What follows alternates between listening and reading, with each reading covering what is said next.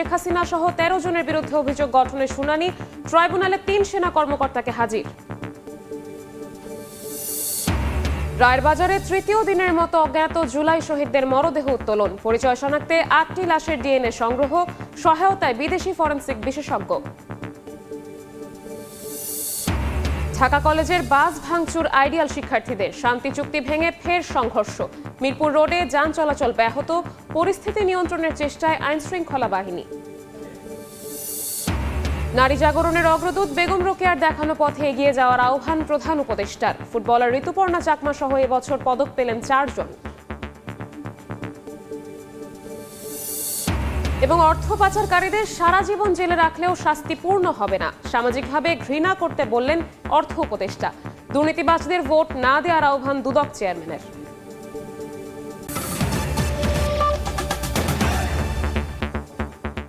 সময় সংবাদের সঙ্গে আছি আমি শবনব নিবিড়। জুলাই অভ্যুত্থানের প্রথম শহীদ আবু সাইদ হত্যা মামলায় সাক্ষ্য দিচ্ছেন জাতীয় নাগরিক পার্টির দক্ষিণাঞ্চলের মুখ্য সংগঠক ও জুলাই আন্দোলনের অন্যতম সংগঠক হাসনাত আব্দুল্লাহ। আন্তর্জাতিক অপরাধ ট্রাইব্যুনাল ২ এর চেয়ারম্যান বিচারপতি নজরুল ইসলাম চৌধুরীর নেতৃত্বাধীন ৩ সদস্যের বিচারিক প্যানেলে সাক্ষ্য গ্রহণ শুরু হয়। এর আগে ২১তম সাক্ষীর জবানবন্দি গ্রহণ করে ট্রাইব্যুনাল। প্রসিকিউশন বলছে, হাসনাতের জবানবন্দির পর সাক্ষ্য দেবেন তদন্তকারী কর্মকর্তা। এরপর মামলার সাক্ষ্য গ্রহণ অধ্যায় শেষ হবে। মামলায় ৩০ আসামির মধ্যে গ্রেফতার ৬ জনকে হাজির করা হয়েছে ট্রাইব্যুনালে। এদিকে ট্রাইব্যুনাল ১-এ আওয়ামী লীগের শাসনামলে জেআইসি সেলে ২৬ জনকে গুম করে নির্যাতনের মামলায় শেখ হাসিনা সহ ১৩ জনের শুনানি শুরু হয়েছে। ট্রাইব্যুনালে হাজির করা হয়েছে গ্রেফতার ৩ সেনা কর্মকর্তাকে।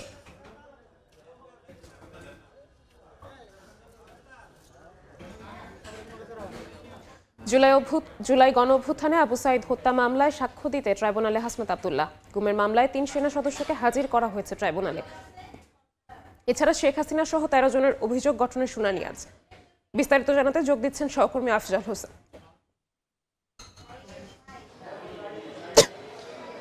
এখন হাসনাত আব্দুল্লাহ সাক্ষ্য দিচ্ছেন। সকাল 11টার পরেই হাসনাত আব্দুল্লাহ আন্তর্জাতিক অপরাধ ট্রাইব্যুনাল ২-এ তার সাক্ষ্য গ্রহণ শুরু করেন। আর জবানবন্দিতে তিনি কোটা আন্দোলনের যে প্রেক্ষাপট এবং কোটা আন্দোলন দমনে ছাত্র জনতার ওপর পুলিশ কিভাবে বর্বরতা চালিয়েছে, ছাত্রলীগ, যুবলীগ এবং আওয়ামী লীগের সহযোগী সংগঠনগুলো কিভাবে নৃশংসতা চালিয়েছে, সেই বর্ণনাগুলোই তিনি দিচ্ছেন। তার সাক্ষ্য গ্রহণ শেষ হতে দেরি হবে। অনেকেই বলছেন যে আজকে বেলা বিকেল ৪টা পর্যন্ত লাগতে পারে, প্রসিকিউশনের তরফ থেকে এমনটাই কিন্তু বলা হচ্ছে। এবং এরপরে তার সাক্ষ্য গ্রহণ শেষ হলে তাকে আসামি পক্ষের আইনজীবীরা জেরা করবেন। যে সমস্ত আসামি পলাতক রয়েছেন তাদের আইনজীবীরাও কিন্তু জেরা করবেন। এই মামলায় ৬ জন আসামি গ্রেফতার রয়েছেন, তারা কাঠগড়ায় উপস্থিত রয়েছেন এবং তাদের উপস্থিতিতেই হাসনাত আব্দুল্লাহ এই সাক্ষ্য দিচ্ছেন। আর যেটি বলে রাখি যে এর বাইরেও আন্তর্জাতিক অপরাধ ট্রাইব্যুনাল ১-এ গুমের মামলায়, অর্থাৎ ডিজিএফআইআর নিয়ন্ত্রণাধীন যে জেআইসি সেল রয়েছে, সেই সেলে আওয়ামী লীগের শাসনামলে ২৬ জনকে নিয়ে গিয়ে গুম করে রাখা এবং তারা গুম ঘর থেকে ফিরে আসেন। ফিরে আসার পরে যে অভিযোগ দাখিল করেছিলেন ট্রাইব্যুনালের প্রসিকিউশনে, সেই প্রসিকিউশনের অভিযোগের ভিত্তিতে একটি মামলা হয়। সেই মামলায় মোট ১৩ জন আসামি, ১৩ জন আসামির মধ্যে ৩ জন আসামি গ্রেফতার রয়েছেন। ৩ জন আসামি সাবেক সেনা কর্মকর্তা, তাদেরকে ট্রাইব্যুনালে হাজির করা হয়েছে। এই মামলায় প্রসিকিউশনের তরফ থেকে এই ১৩ জন আসামির বিরুদ্ধেই অভিযোগ গঠনের শুনানি গত তারিখেই শেষ করেছে। আজকে আসামি পক্ষ থেকে আসামিদের অব্যাহতি চেয়ে যে আবেদন, সেই আবেদনের উপর শুনানি হবে। কিছুক্ষণের মধ্যেই সেই অব্যাহতি চেয়ে আবেদনের শুনানি শুরু হবে। এবং এই মামলায় মোট ১৩ জন আসামি, এর মধ্যে ৩ জন আসামি গ্রেফতার রয়েছেন আর ১০ জন আসামি পলাতক রয়েছেন। তাদের মধ্যে রয়েছেন সাবেক প্রধানমন্ত্রী শেখ হাসিনা এবং তার নিরাপত্তা উপদেষ্টা তারিক আহমেদ সিদ্দিকী। তো এই ছিল মূলত ট্রাইব্যুনাল থেকে আমার কাছে সবশেষ খবর। আন্তর্জাতিক অপরাধ ট্রাইব্যুনাল থেকে সরাসরি যুক্ত হয়েছিলেন সহকর্মী আফজাল হোসেন। তৃতীয় দিনের মতো রায়ের বাজারে চলছে জুলাই অভ্যুত্থানে অজ্ঞাত শহীদদের মরদেহ উত্তোলন ও পরিচয় শনাক্তের কার্যক্রম। সিআইডি ও বিদেশি ফরেনসিক টিমের অধীনে সকাল ৯:৩০টায় শুরু হয় কার্যক্রম। আজ ২টি সহ এ পর্যন্ত মোট ৮টি মরদেহ উত্তোলন করা হয়েছে। উত্তোলনের পর ময়নাতদন্ত আর হাড়ের ডিএনএ নমুনা সংগ্রহ করা হচ্ছে। সবগুলো মরদেহ উত্তোলনের পর স্বজনদের ডিএনএর সঙ্গে মিলিয়ে পরিচয় শনাক্ত করা হবে। রোববার প্রথম দিন শনাক্ত কার্যক্রমে স্বজনদের মরদেহের খোঁজে ৭টি পরিবার আসে রায়ের বাজারে। তাদের ১১ জনের ডিএনএ নমুনা সংগ্রহ করা হয়। ময়নাতদন্ত ও ডিএনএ নমুনা সংগ্রহের পর আবারও দাফন করা হচ্ছে মরদেহ।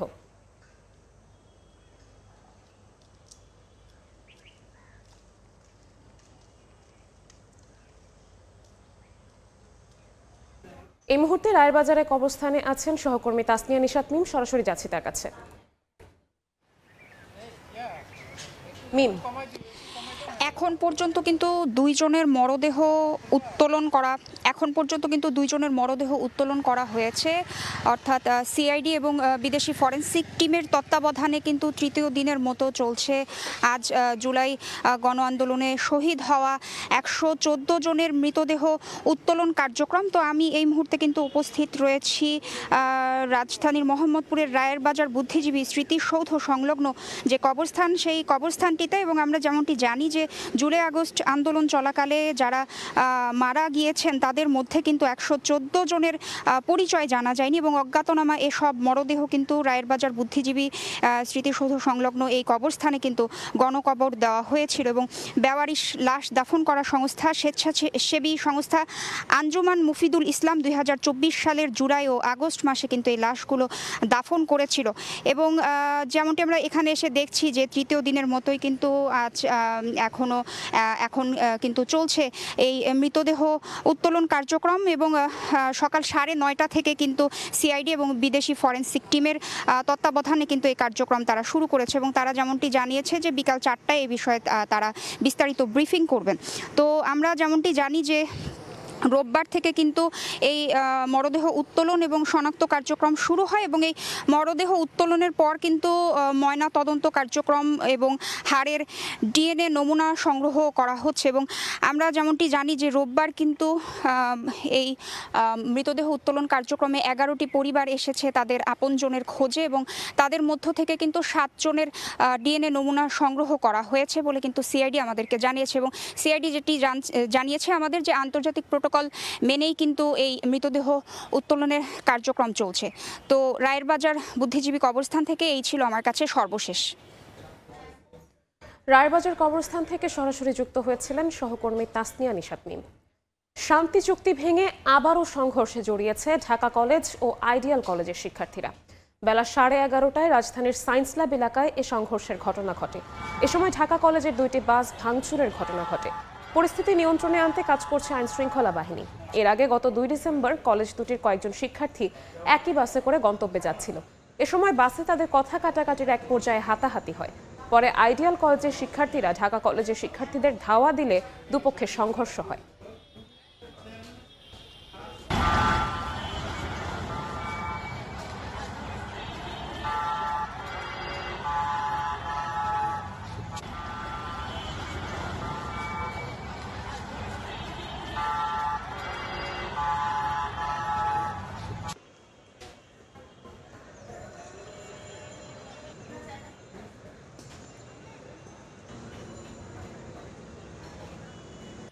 এই মুহূর্তে আইডিয়াল কলেজের সামনে আছেন সহকর্মী আবু সাইদ নিশান। বিস্তারিত জানতে সরাসরি যাচ্ছি তার কাছে। নিশান,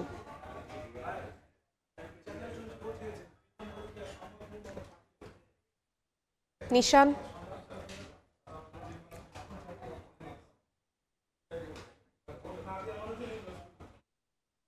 চুক্তির 1 মাস পর আবারও শুরু হয়েছে ঢাকা কলেজের সাথে আইডিয়াল কলেজের সংঘর্ষের ঘটনা। এবং সেই সংঘর্ষের ঘটনায় আমরা যতটুকু জানতে পেরেছিলাম যে এই ঢাকা কলেজের যে বাস সেটি যখন যাচ্ছিলেন তখন আইডিয়াল কলেজের শিক্ষার্থীরা সেই বাসকে লক্ষ্য করে ইট পাটকেল ছুঁড়েছে, এরকম একটা অভিযোগ আমরা জানতে পেরেছিলাম। সেই অভিযোগের ভিত্তিতেই আসলে এই সংঘর্ষের ঘটনাটি ঘটে। তবে কি কারণে আসলে এই সংঘর্ষের ঘটনা ঘটলো সেটি এখন পর্যন্ত জানা যায়নি। আমরা এখন আইডিয়াল কলেজের সামনে আছি, এখানে বিপুল সংখ্যক পুলিশ মোতায়েন করা হয়েছে এবং আমরা পুলিশ সদস্যদের দেখতে পাচ্ছি যে তারা এখানে অবস্থান নিয়ে আছেন। এবং আমরা পুলিশ সদস্যের সাথে কথা বলে যেটা জানতে পেরেছিলাম যে আইডিয়াল কলেজের যে শিক্ষার্থীরা তাদেরকে কিন্তু তারা ছত্রভঙ্গ করে তাদের ক্যাম্পাসে পাঠিয়ে দিয়েছে এবং সেই ক্যাম্পাসে পাঠিয়ে দেওয়ার পর বর্তমানে পরিস্থিতি এখন স্বাভাবিক রয়েছে। তবে যে কোনো মুহূর্তে পরিস্থিতি ঘোলাটে হতে পারে সন্দেহে পুলিশ সদস্যরা এখনও পর্যন্ত আইডিয়াল কলেজের সামনে অবস্থান করছে এবং এইখানে কিন্তু অতিরিক্ত পুলিশ মোতায়েন করা হয়েছে বলে আমরা জানতে পেরেছি। পেরেছি।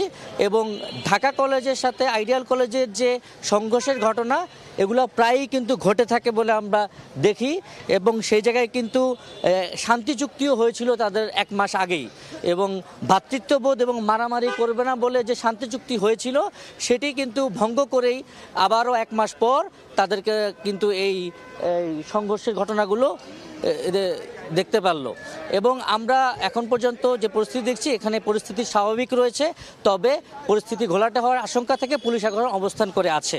এই ছিল আইডিয়াল কলেজের সামনে থেকে আমার কাছে সর্বশেষ সংবাদ। আইডিয়াল কলেজের সামনে থেকে সরাসরি যুক্ত হয়েছিলেন সহকর্মী আবু সাইদ নিশান। বিএনপি চেয়ারপারসন বেগম খালেদা জিয়ার শারীরিক অবস্থার সবশেষ পরিস্থিতি জানাতে এভারকেয়ার হাসপাতাল থেকে যোগ দিচ্ছেন সহকর্মী শফিকুজ্জামান রুবেল। সরাসরি যাচ্ছি তার কাছে। রুবেল, বিএনপি চেয়ারপারসনের শারীরিক অবস্থা বলতে তিনি তার পূর্বে অবস্থাতে রয়েছেন, অর্থাৎ বলা যায় যে অপরিবর্তিত অবস্থায় রয়েছেন, তবে বিএনপি চেয়ারপারসন চিকিৎসা নিতে পারছেন, এটি হচ্ছে উন্নতি বলা যায় শারীরিক অবস্থা। কেননা তার যারা চিকিৎসা বোর্ডের সদস্য রয়েছেন তারা আপনারা জানেন যে প্রতিদিন মিটিং করেন, এবং মিটিংয়ের পরে আমরা যেটা জানতে পেরেছি যে বেগম জিয়ার যেই কন্ডিশন, শারীরিক কন্ডিশন, বিভিন্ন রোগের যে সংক্রমণ, সেখান তার অবস্থা অপরিবর্তিত রয়েছেন। তিনি মূলত যেই যাবতীয় ব্যবস্থাগুলো রয়েছে সেগুলো নিতে পারছেন, এটি একটি ইতিবাচক হিসেবেই মেডিকেল বোর্ডের সদস্যরা দেখছেন। এবং আমরা জানতে পেরেছি যে বেগম জিয়া তিনি ইশারাতেও যে অবস্থা সেটিও জানান দিয়েছেন, কেননা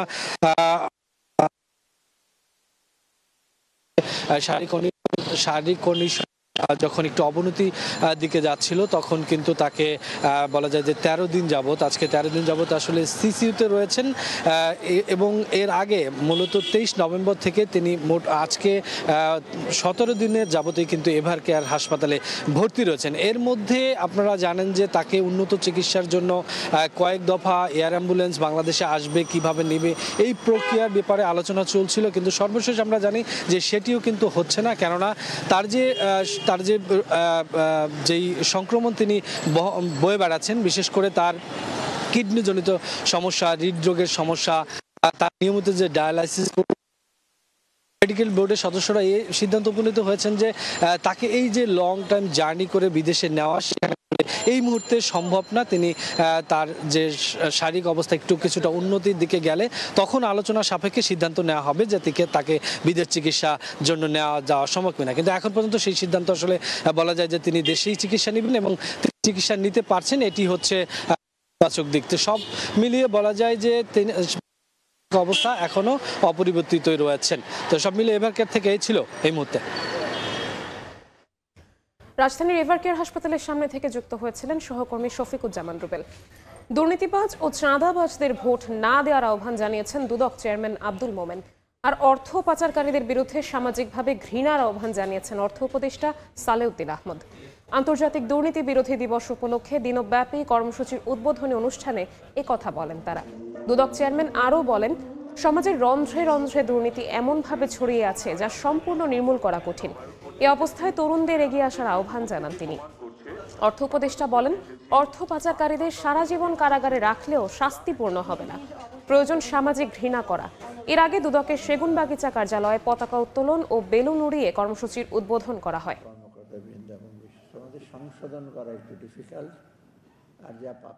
আমরা দুর্নীতিগ্রস্তকে নির্বাচিত করব, আমরা সন্ত্রাসীকে নির্বাচিত করব, আমরা চাঁদাবাজকে নির্বাচিত করব, তাহলে আমরা কেমন করে প্রত্যাশা করব দেশে সুশাসন আসবে? এই দায়টা জনগণের, যে আমরা সঠিক লোককে নির্বাচন করব।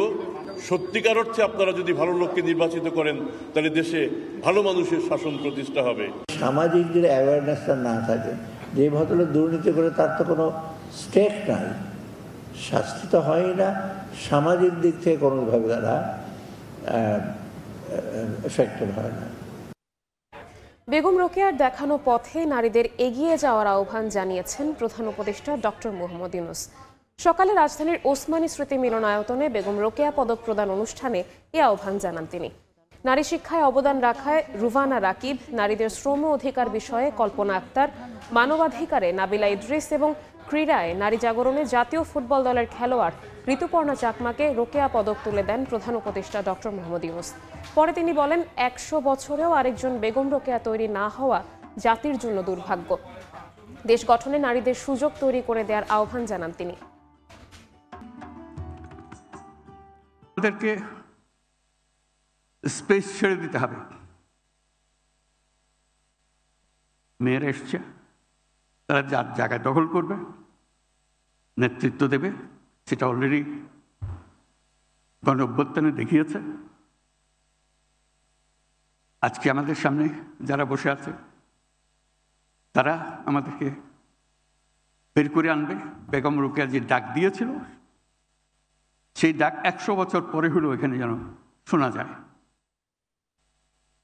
আমরা যেন এটা করতে পারি। নির্বাচনে দলীয় ইশতেহার তৈরিতে নাগরিকদের মতামত নিতে অ্যাপ চালুর উদ্যোগ নিয়েছে জামায়াত ইসলামী।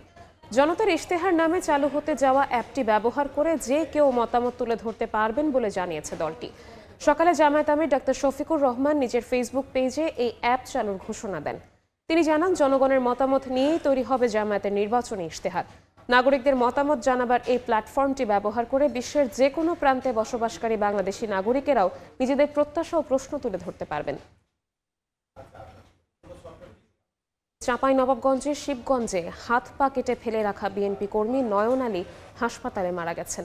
নিহতের বাড়িতেও লুটপাট, ভাঙচুর ও আগুন দেয় দুর্বৃত্তরা। তবে এই ঘটনায় এখনও কাউকে আটক করতে পারেনি পুলিশ। দুর্বৃত্তদের হাতে প্রাণ গেছে নয়ন আলীর। হামলা চালিয়ে তছনছ করা হয়েছে ঘরবাড়ি। সোমবার সন্ধ্যায় চাঁপাইনবাবগঞ্জ উপজেলার শিবগঞ্জের বাবুপুর মোড়ে নয়নের হাত পা কেটে ফেলে রাখে দুর্বৃত্তরা। পরে স্থানীয়রা তাকে উদ্ধার করে হাসপাতালে নিয়ে যায়। সেখানে প্রাথমিক চিকিৎসা দিয়ে আশঙ্কাজনক অবস্থায় রাজশাহী মেডিকেল কলেজে নিলে রাত 9টার দিকে তার মৃত্যু হয়। তার দুই পায়ে হাঁটু এবং হাঁটুর নিচে অনেক ডিপ কাট ইনজুরি ছিল এবং তার দুই হাতেও অনেক কাট ইনজুরি ছিল। এদিকে অভিযোগ পেলে প্রয়োজনীয় ব্যবস্থা নেওয়ার আশ্বাস পুলিশের। তারা এখনো মামলা দিতে আসেনি। আমরা তদন্ত করে দেখছি আসল ঘটনাটা কি জন্য তাকে মারলো। অতিরিক্ত পুলিশ আছে। এ ঘটনার পর এলাকায় থমথমে পরিস্থিতি বিরাজ করছে। মোতায়েন করা হয়েছে অতিরিক্ত পুলিশ। সময় সংবাদ, চাঁপাইনবাবগঞ্জ।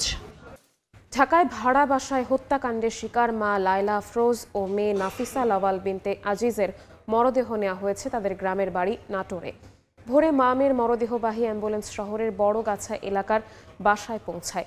বাদ জোহর নবাব সিরাজউদ্দৌলা সরকারি কলেজ মাঠে জানাজা শেষে পৌর কবরস্থানে তাদের দাফন করা হবে। এ ঘটনার সুষ্ঠু তদন্ত করে ন্যায় বিচার দাবি করেন পরিবারের সদস্যরা। সোমবার সকালে রাজধানীর মোহাম্মদপুরের বাসায় খুন হন লায়লা আফরোজ ও নবম শ্রেণীর মেয়ে নাফিসা লাওয়াল বিনতে আজিজ।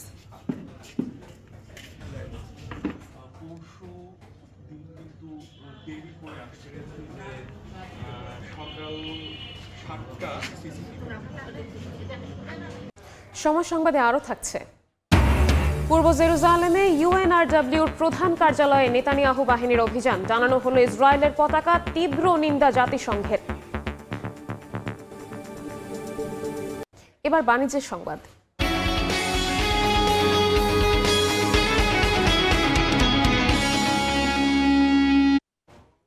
সরকারের উন্নয়ন ব্যয় কমেছে ব্যাংক থেকে নেওয়া ঋণের হার। এর প্রভাব পড়েছে বেসরকারি খাতের বিনিয়োগেও। বিশ্লেষকরা বলছেন, দু খাতে বিনিয়োগ কমার ফলাফল কর্মসংস্থান কমবে, বাড়বে মূল্যস্ফীতি ও বেকারত্বের হার, যা ভবিষ্যৎ অর্থনৈতিক স্থবিরতার কারণ। সেলিয়া সুলতানার রিপোর্ট।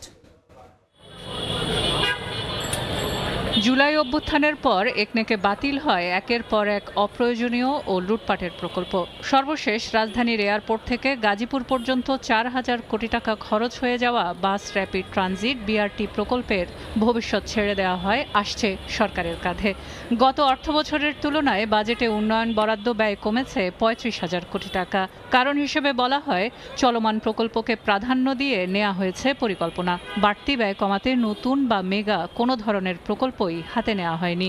এদিকে উন্নয়ন ব্যয় মেটাতে বছরের শেষে দেখা যায় কর আদায়ের লক্ষ্যমাত্রাতেও পিছিয়ে আছে। ব্যাংকে সুদের হার বেশি, ফলে সরকারের ঋণ নেওয়ার মূল উৎস এখন নন ব্যাংকিং খাত।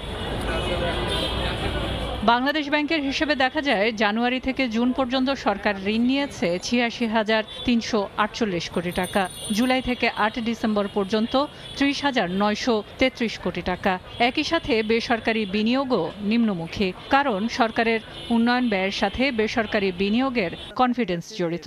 সরকার যখন অবকাঠামোগত উন্নয়নে কাজে লাগায় এবং সেটাতে প্রাইভেট সেক্টর এনকারেজড হয়, যে এনকারেজড হলে দেখাচ্ছে আমাদের যে প্রাইভেট বিনিয়োগটাও সেই হিসেবে বাড়তে থাকে।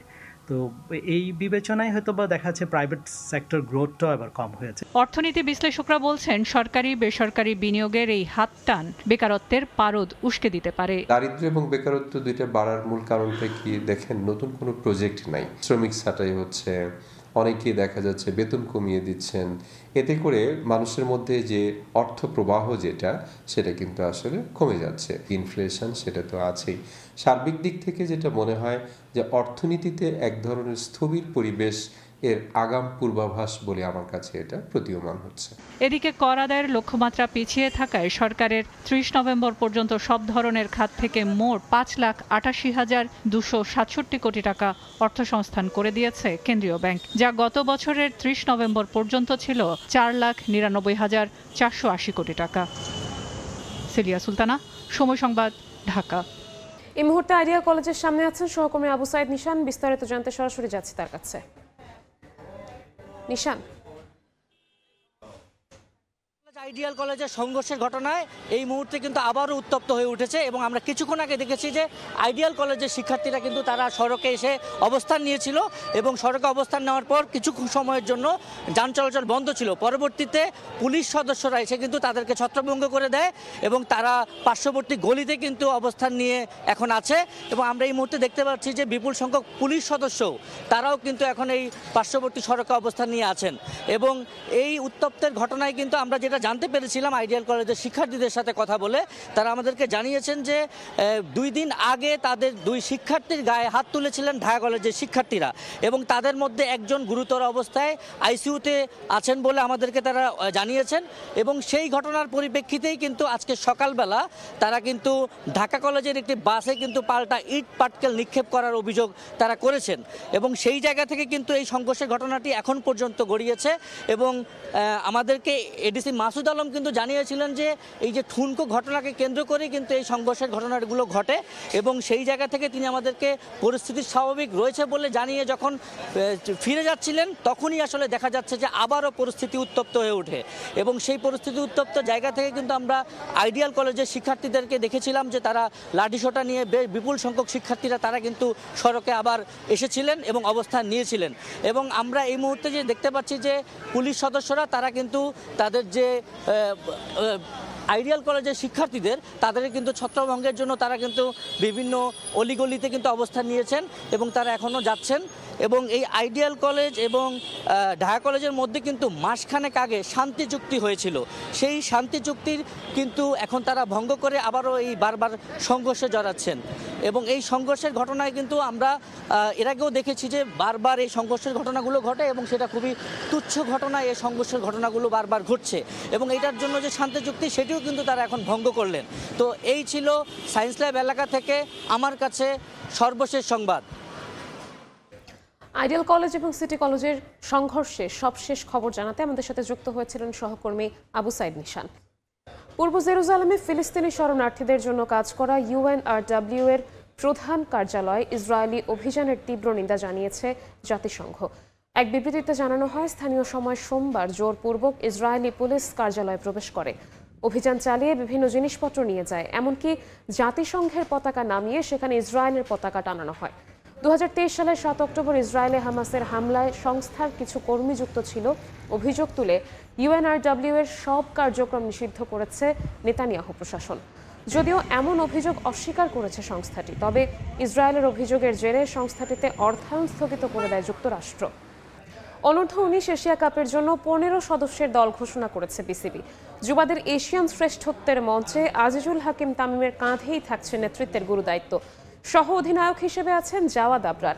এছাড়া দলের নিয়মিত ক্রিকেটার রাতু, জীবন, ইমরানরাই রয়েছেন দলে। স্ট্যান্ডবাই হিসেবে রয়েছেন 6 ক্রিকেটার। এশিয়া কাপে যাওয়ার আগে রাজশাহী ও সিলেটে ক্যাম্প করেছে তামিম জীবনরা। সংযুক্ত আরব আমিরাতে হ্যাট্রিক শিরোপার জন্য লড়াবে যুবা টাইগাররা। 8 দলের অংশগ্রহণের টুর্নামেন্টে বি গ্রুপে বাংলাদেশ, একই গ্রুপে আছে শ্রীলঙ্কা, আফগানিস্তান ও নেপাল। টুর্নামেন্টে নিজেদের প্রথম ম্যাচে আফগানিস্তানের মুখোমুখি হবে বর্তমান চ্যাম্পিয়নরা। সময় সংবাদের শীর্ষ সংবাদগুলো জানিয়ে দিচ্ছি আরও একবার। আবু সাইদ হত্যা মামলায় সাক্ষ্য দিচ্ছেন হাসনাত আব্দুল্লাহ। গুমের মামলায় শেখ হাসিনা সহ 13 জনের অভিযোগ গঠনের শুনানি। ট্রাইব্যুনালে 3 সেনা কর্মকর্তাকে হাজির। রায়েরবাজারে তৃতীয় দিনের মতো অজ্ঞাত জুলাই শহীদদের মরদেহ উত্তোলন। পরিচয় শনাক্তে 8টি লাশের ডিএনএ সংগ্রহ, সহায়তায় বিদেশি ফরেনসিক বিশেষজ্ঞ।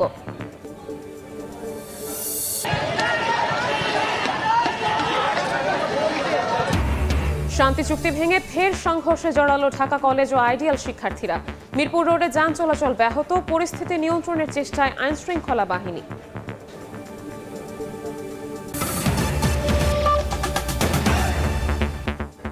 এ ছিল দুপুর 12টার সময় সংবাদে। এরপর খেলার সময়ের সঙ্গে থাকবেন সহকর্মী সাব্বির মিথুন। স্বপ্নব, আপনাকে ধন্যবাদ। খেলার সময় নিয়ে আসছি কিছুক্ষণ পর, সঙ্গে থাকুন সময়।